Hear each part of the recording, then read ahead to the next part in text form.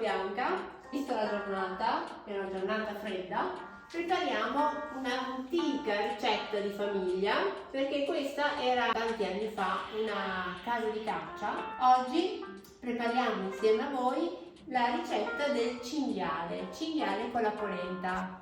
Cominciamo con il cinghiale perché la polenta è molto più veloce. Per il cinghiale occorre uno spezzatino di cinghiale. Abbiamo lasciato tutta notte nel vino rosso, sedano, carota e cipolla. Poi ci serviranno i pomodori, il lardo, il vino rosso, in questo caso il sangiovese, il sale, il pepe e tutte le varie spezie, chiodi di garofano, pepe rosa, bacche di cinepro, anice, peperoncino, aglio e alla fine un tocco di cacao che dà un gusto molto buono alla nostra ricetta. Per cucinare io uso il lardo perché il cinghiale è una carne molto magra e ha bisogno di grassi. Poi come spezie continuiamo con alloro, rosmarino, un po' di concentrato di pomodoro e il pepe. Cominciamo con la preparazione del cinghiale tagliando a pezzetti la carota, la cipolla e il sedano con le foglie.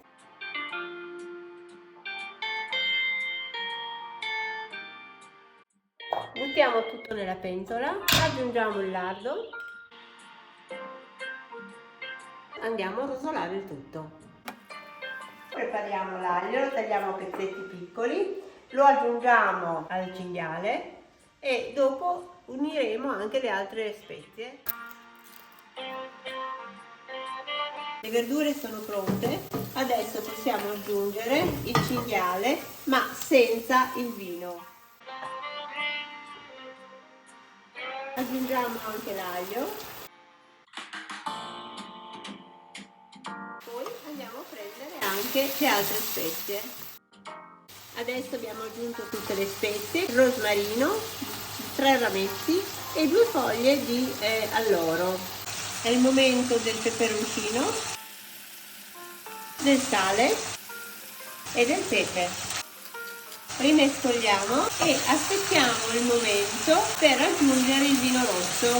Sono passati circa 10 minuti, il nostro cinghiale si è rosolato, è il momento del vino rosso.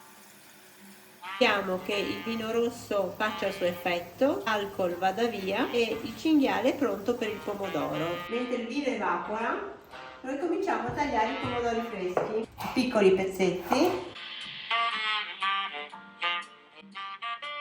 Adesso che l'alcol è evaporato, aggiungiamo i pomodori, rimescoliamo, aggiungiamo in un bicchiere la conserva di pomodoro concentrato, un po' di acqua, rimescoliamo e aggiungiamo tutto nel tegame.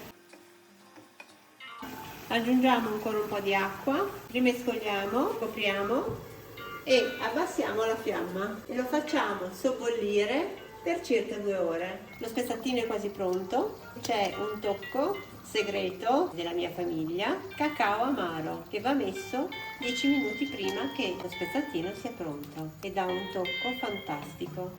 Lo spezzatino è quasi cotto, quindi noi andiamo a preparare la polenta.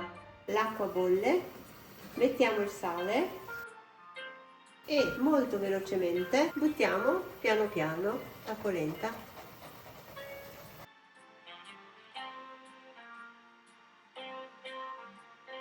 La polenta è pronta, lo spezzatino è cotto, facciamo un bellissimo piatto.